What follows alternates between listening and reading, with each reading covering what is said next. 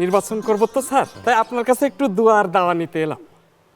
দোয়ার দাওয়া? জি স্যার, মানে একেবারে আঙুল ফুলে কলা গাছ বলে না, এই ব্যবসাটা হচ্ছে একেবারে আঙুল ফুলে কলার বাগান। বাহ বাহ।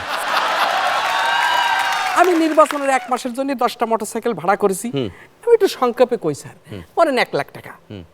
এবার তেল কিছু খরচ আছে, চা পানি 1 লাখ টাকা, এরপরে আমার কিছু কর্মী আছে তাদের পিছে ধরেন 2 লাখ টাকা, আনুষঙ্গিক আসা যাওয়া, পোস্টার, ব্যানার, ড্রেস, আবার শীতের মধ্যে কিছু কম্বল ইত্যাদি দিয়ে ধরেন আমার খরচ হবে 10 লাখ।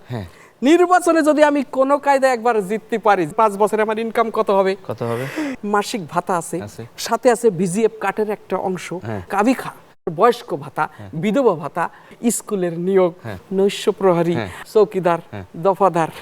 তাহলে আমার মাসে যদি 3 লক্ষ টাকা ইনকাম হয়, তাহলে বছরে ধরেন 30 লাখ, 5 বছরে হবে 1.5 কোটি।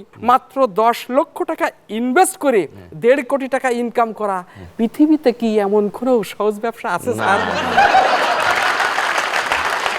আমার ওই ভিটে বাড়ি ছিল, ওই সেটি আমি 12 লক্ষ টাকা বেচে দিচ্ছি, দিয়ে নির্বাচনে 10 লক্ষ টাকা খরচ করব, তারপরে আমার ওই পাইকিটা স্যার।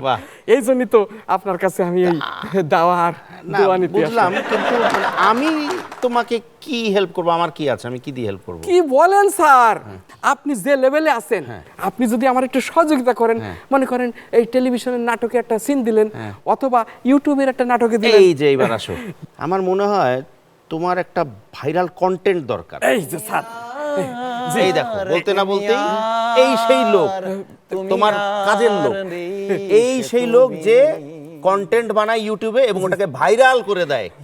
এই যে জি দাদা, ইনি একজন উঠতি নেতা। ও তাই নাকি? এবং ওনার যেটা দরকার নির্বাচনী প্রচারের জন্য, ওনার ইউটিউবে ভাইরাল কন্টেন্ট দরকার, এবং ওটার জন্য তোমার ছাড়া ভালো তো কেউ নাই। অবশ্যই। এবার তোমরা বোঝাপড়া করে নাও। নো চিন্তা, ডু ফুর্তি। আপনার মার্কাটা যেন কি? জি বাস। বাস। আচ্ছা, এত মার্কা থাকতে আপনি কেন বাঁশ, আই মিন বাম্বু কেন নিতে গেলেন? আরে জনাব, আপনি বুঝতে পারছেন না, বাঁশ হলো এমনই একটা জিনিস, জন্মের পরেই বাঁশ লাগে। দেখেন না গ্রামগঞ্জে নারী কাটে, এরপরে বাঁশ বিভিন্ন সময় মৃত্যুর সময় বাঁশের চালিতে করে নিয়ে যায়, এবং কবর দেওয়ার পরে উপরেও বাঁশ থাকে।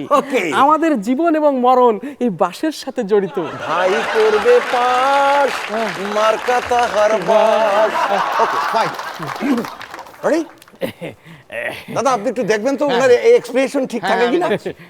ওকে ব্রাদার, এখন আমি আপনাকে যেটা বলবো সেটা আপনি সুন্দর মতো বলবেন। হ্যাঁ, সেটা হচ্ছে যে আপনি বলবেন যে আমি আছি আপনাদের সাথে, বাস আছে আপনাদের সাথে, আমাকে বাস মার্কায় ভোট দিন। এই কথাটা আপনি সুন্দরভাবে বলবেন।